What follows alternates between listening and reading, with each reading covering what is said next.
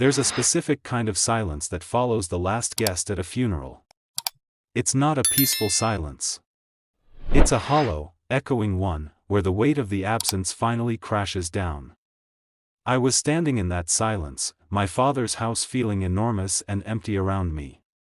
The scent of his cologne was still in the air. My stepmother, Cassandra, broke the quiet. She didn't offer a comforting word.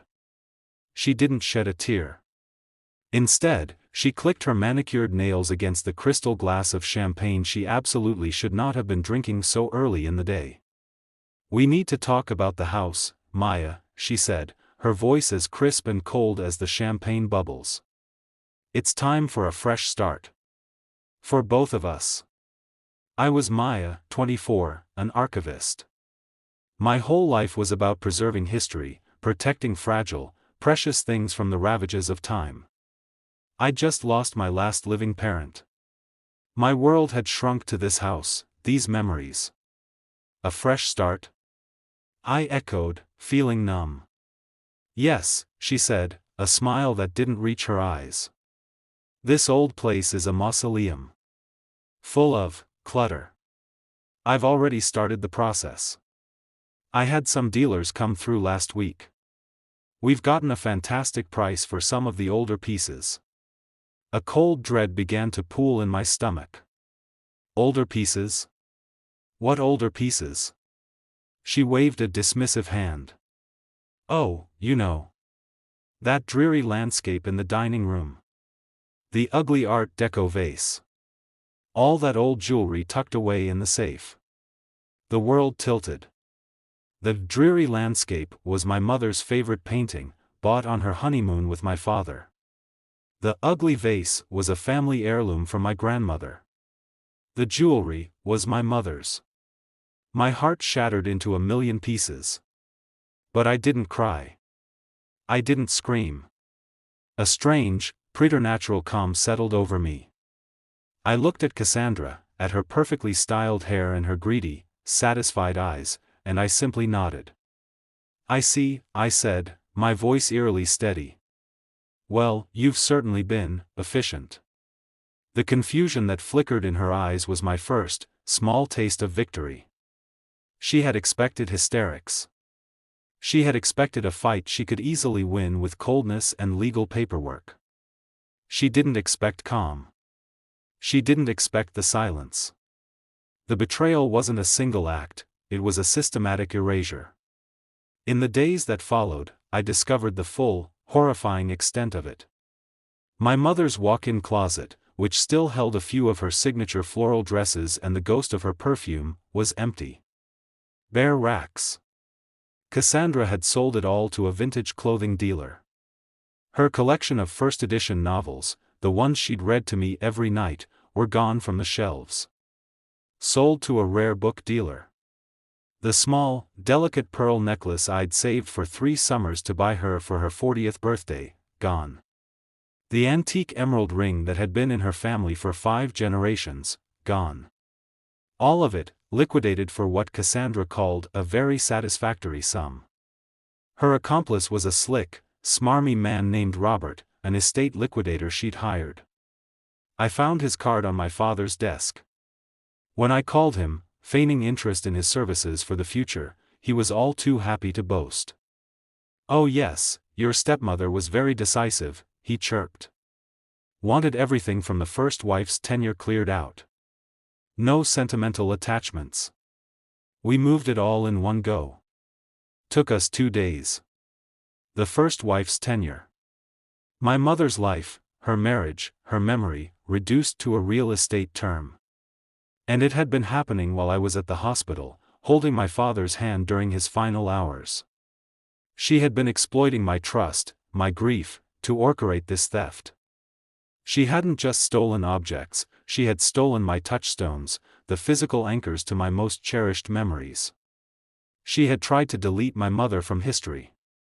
And she had done it all believing I was too soft, too heartbroken, to do anything about it. The rage came then, a fire so pure and hot it threatened to consume me. But I am my mother's daughter. And my mother was not a woman of hysterics, she was a woman of strategy. I remembered something she told me when I was 15, as we were organizing my grandfather's estate. She'd looked at me with her serious, intelligent eyes and said, "Maya, the most powerful weapon in any negotiation is a secret the other side doesn't know you have. Always read the fine print. And always keep your own records." I went to the one place Cassandra would never think to look, the attic. It was a relic, dusty and filled with my father's old college textbooks and broken furniture. Tucked behind a loose piece of siding, in a hollow space my mother had shown me when I was a child, was a small, fireproof lockbox. Inside wasn't jewelry or money. It was something far more valuable. It was her legacy. There were her journals, filled with her elegant script. There were photographs I'd never seen. And there, nestled between the pages of her favorite book of poetry, was a single, legal-look document. It was a codicil to my father's will, dated and notarized just a month before my mother died of cancer 10 years ago. My hands trembled as I read it. It was a single, powerful paragraph that stated, in unambiguous legal terms, that all of my mother's personal property, her jewelry, her art, her books, her clothing, were to pass directly to me, Maya, upon my father's death. It was her final act of protection. She had known my father was kind, but weak. She had feared a future exactly like this one. Cassandra had sold what was not hers to sell. She had committed, in the cold eyes of the law, conversion. Theft. But I didn't rush to a lawyer. Not yet. Revenge, like archiving, requires patience and precision. I needed to know the full value of what she had stolen. I began my quiet preparation. I contacted the dealers Robert had used, posing as an insurance adjuster for the estate. I gathered invoices, sale records, and photographs. I compiled a meticulous inventory, cross-referencing it with my mother's old insurance policies and the descriptions in her journals. I knew the emotional value was incalculable, but I needed to know the number. The final figure was staggering. The estate lawyer, Mr. Yates, was a kind, older man who had handled my father's affairs for decades. I requested a meeting, alone. I sat in his oak-paneled office, the scent of old books and lemon polish calming my nerves. I didn't show him my evidence. Not yet. "Mr. Yates," I began, my voice calm. "I have a question about the probate process. My stepmother, Cassandra, has been liquidating some assets from the house. Items that belong to my biological mother." Mr. Yates adjusted his glasses, a frown of concern on his face. "I see. Well, the will is quite clear. The estate, including the contents of the house, passes to Cassandra as the surviving spouse." I nodded slowly, as if accepting this. "Of course. I just wanted to be sure. There's no other documentation? No addendums from before?" He shook his head sadly. "Not that I have on file, my dear. I'm sorry." I let a moment of silence hang in the air, then I reached into my bag. I didn't pull out the codicil. I pulled out a single, sealed envelope. "I understand," I said softly, sliding the envelope across his polished desk. "In that case, for my own records, would you be so kind as to date stamp this and hold it in your vault? It's just a personal inventory I've made. Foreclosure." It was a test. A quiet, power-shifting move. If he was in Cassandra's pocket, he'd be suspicious. If he was honest, he'd see it as a harmless, grieving daughter's request. He looked at the envelope, then at my calm, resolute face. He smiled kindly. "Of course, Maya. We can do that." He took the envelope, stamped it with the date and time, and placed it in a vault behind him. He had just officially documented the timestamp of my awareness. The first domino had been tipped. Cassandra, in her arrogant triumph, was completely unaware that the ground was already crumbling beneath her feet. That I let her believe she had won for 2 more weeks. I let her redecorate, replacing my mother's warm, classic furniture with her own cold, minimalist pieces. I let her host a dinner party, flaunting her new wealth and status in the house that was never truly hers. Then, I invited her for tea. She arrived, looking smug and condescending.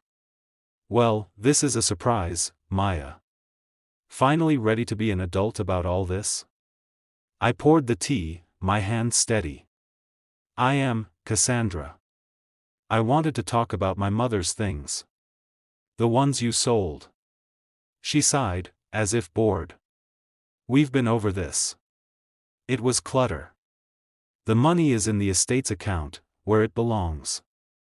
"Actually," I said, taking a sip of tea, "it doesn't belong to the estate. It belongs to me." She laughed, a sharp, unpleasant sound. "Don't be ridiculous. The will is clear. Everything belongs to me." I reached for the folder beside me. I watched her cycle through the emotions. First, anger. "I don't have time for your childish games, Maya." Then, manipulation. "Sweetheart, you're not thinking clearly. You're grieving. Let me handle things." Finally, when I placed the notarized codicil on the table in front of her, her face went ashen. She read it. Then read it again. The blood drained from her face. This is a fake," she stammered, her voice rising in panic. "It's not. Mr. Yates has confirmed its authenticity. He's also seen the inventory I compiled, with the values you received from the dealers. You sold over $250,000 worth of property that legally belonged to me." The begging started. It was pathetic. "Maya, please. I didn't know. Your father never told me. We can fix this. We can work it out. I'll buy you new things." "You can't," I said, my voice cold and flat. "You can't buy back my mother's wedding ring. You can't buy back the books she read to me. You sold my history, Cassandra. And now, you're going to pay for it. In full." The realization dawned in her eyes, the horrifying understanding that I had been steps ahead of her all along. I had the law, the evidence, and the cold, hard resolve she thought only she possessed. Her downfall was not a possibility, it was an inevitability. My father's sister, my Aunt Clara, was the first to call. "Is it true?" she asked, her voice shaking with anger. "That woman sold your mother's emerald ring?" "It's true," I said. "But it's handled." The entire family, who had never liked Cassandra, closed ranks around me. They provided old photos, letters, anything to help me prove the provenance of the items. They isolated her completely. Aunt Clara came over one evening, and we sat in the quiet living room. "Why didn't you say anything sooner?" she asked, holding my hand. "Because I needed her to believe she had won," I explained, my voice soft. "I needed her to spend the money, to feel secure. If I'd confronted her immediately, she would have hidden assets, lied, made it a messy fight. This way, it's checkmate. Mom always said to fight smart, not loud." Cassandra tried to justify her actions to my Aunt Clara, claiming it was all a misunderstanding, that she was just trying to move on. But in doing so, she only exposed her greed further, complaining about the cost of maintaining the house and how my mother's old junk was finally paying for it. The collapse was absolute. My lawsuit was straightforward: conversion and fraudulent disposal of estate assets. The evidence was irrefutable. The court didn't just order her to repay the $250,000 she had received from the sales, it awarded me the full, appraised replacement value of the items, which was closer to $400,000. The judge called her actions a callous and calculated act of spoliation. To pay the judgment, she had to liquidate everything. The new furniture, the expensive car, the jewelry she had bought for herself. And finally, the house itself. The fresh start she had wanted so badly was the foreclosure notice on the home she had stolen from my father. The man I believe she was seeing, the estate liquidator Robert, vanished the moment the legal troubles began. She was left with nothing. No house, no money, no family, and a reputation in tatters. I used the money from the judgment to start a small, non-profit archive dedicated to preserving the personal histories and heirlooms of ordinary people. I named it Eleanor's Legacy, after my mother. I couldn't get her things back, but I could help others protect theirs. The house was gone, but I bought a cozy apartment filled with light. On my shelf, I have the one thing of my mother's I still possess, her lockbox, with her journals and her poetry.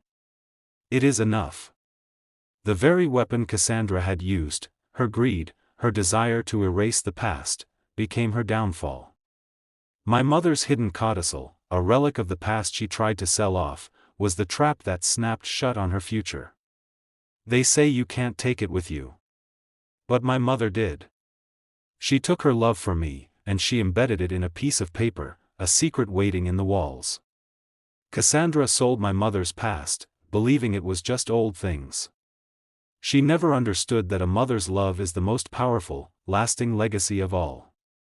And it's a force that will always protect its own.